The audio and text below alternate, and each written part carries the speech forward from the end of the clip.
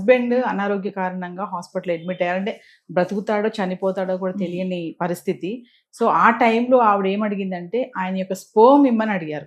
ఇప్పుడు మీరు చెప్పిన కేసులో ఇది we should see in 3 aspects. ఒకటి మెడికల్గా, ఒకటి legal, third thing is humanitarian grounds మీద. మెడికల్గా ఇది పాసిబులే.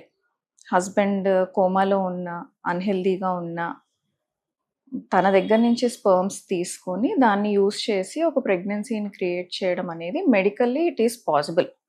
సో ఒకవేళ ఆ పర్సన్ కాన్షియస్గా ఉంటే వాళ్ళే శాంపుల్ ఇవ్వచ్చు డైరెక్ట్గా. లేదు అన్కాన్షియస్గా, ఇప్పుడు మీరు చెప్పిన కేసులో పేషెంట్ వాజ్ ఇన్ కోమాలో ఉన్నారు.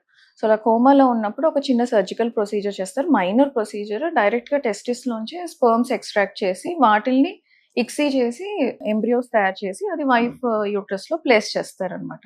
సో మెడికల్ పరంగా చూసుకుంటే అయితే ఇది పాసిబుల్, ఓకే, చేయొచ్చు. కానీ లీగల్ ఆస్పెక్ట్స్ చూసుకుంటే లా ఏం చెప్తుంది అని అంటే, ఏఆర్టీ లా అని మనకి 2021లో ఈ ఫర్టిలిటీ ప్రొసీజర్స్ అన్ని రెగ్యులేట్ చేయడానికి తీసుకొచ్చారు. సో లా ప్రకారం మనం ఏ ప్రొసీజర్ చేయాలన్నా ఫర్టిలిటీ కోసం ఇద్దరు వైఫ్ హస్బెండ్ ఇద్దరు సంతకం పెట్టాలి. సంతకం పెడితేనే ఆ పర్టికులర్ ప్రొసీజర్ చేయడానికి కుదురుతుంది. ఓన్లీ వైఫ్ సైన్ చేసినా కూడా చేయడానికి ఉండదు. ఎంత స్ట్రిక్ట్ లా అంటే ఇది, వాళ్ళు ఆల్రెడీ ఎంబ్రియోస్ తయారు చేసేసుకున్న, అంటే ఎగ్ స్పర్మ్ కలిపి ఒక ఎంబ్రియోని తయారు చేసిన తర్వాత ఆ ఎంబ్రియో వైఫ్ తన యూట్రస్ లోకి ట్రాన్స్ఫర్ చేయించుకోవాలన్నా కూడా హస్బెండ్ సంతకం ఉండాలి. అదే అంత స్ట్రిక్ట్ లా ఉంది. ఒకవేళ సంతకం చేయకపోతే హస్బెండ్ ఫర్ ఎనీ రీజన్, వాళ్ళ మధ్యలో ఏదైనా డిస్ప్యూట్స్ వచ్చి కానీ, లేకపోతే హస్బెండ్ ఆ పాయింట్ ఆఫ్ టైంలో అక్కడ లేకపోయినా కానీ ట్రాన్స్ఫర్ చేయకూడదు as per the law. Okay, అంత స్ట్రిక్ట్గా ఉంటుంది. కానీ లా ఎప్పుడు దాన్ని బేసిస్గా తీసుకొని కోర్ట్స్లో on humanitarian grounds as a special సిచ్యువేషన్స్గా కన్సిడర్ చేసి ఒక్కొక్క సిచ్యువేషన్కి ఒక్కొక్క రకమైన జడ్జిమెంట్ ఇస్తారు. ఇప్పుడు ఇది ఏదైతే మీరు చెప్పారో అది బ్లాంకెట్ జడ్జిమెంట్ కాదు, అంటే అందరూ ఫాలో అవ్వటానికి లేదు. ఇలాంటి స్పెషల్ సిచ్యువేషన్స్లో వాళ్ళు ఇలా చేసుకోవచ్చు అని కోర్టు కొన్ని గైడెన్సెస్ ఇస్తుంది. ఆ గైడెన్స్ని ఫాలో అవ్వకుంటూ చేసుకోవచ్చు అనమాట. అండ్ వీళ్ళ విషయానికి వస్తే, వీళ్ళు ఆల్రెడీ ఫర్టిలిటీ ట్రీట్మెంట్స్ స్టార్ట్ చేసిన వాళ్ళు ఆర్ ఒక ఫర్టిలిటీ క్లినిక్ అప్రోచ్ అయ్యి అక్కడ ఆల్రెడీ సైన్ చేసి ఉండుండొచ్చు. అందుకనే వీళ్ళకి కోర్టు ఫేవరబుల్గా తీర్పిచ్చింది.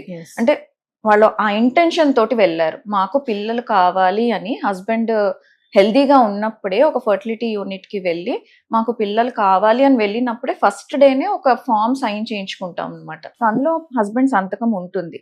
అండ్ ఐవీఎఫ్ ప్రొసీజర్ అయ్యేటప్పుడు కూడా గ్యామెట్స్ ఒకవేళ వైఫ్కి కానీ ఏదన్నా ప్రాబ్లం వచ్చి చనిపోతే, హస్బెండ్కి ఏదైనా ప్రాబ్లం వచ్చి చనిపోతే, ఆ మిగిలిన ఎగ్స్ని కానీ స్పర్మ్ని కానీ ఎంబ్రియోస్ని కానీ ఏం చెయ్యాలి అనేది ముందే సంతకాలు తీసుకుంటాం.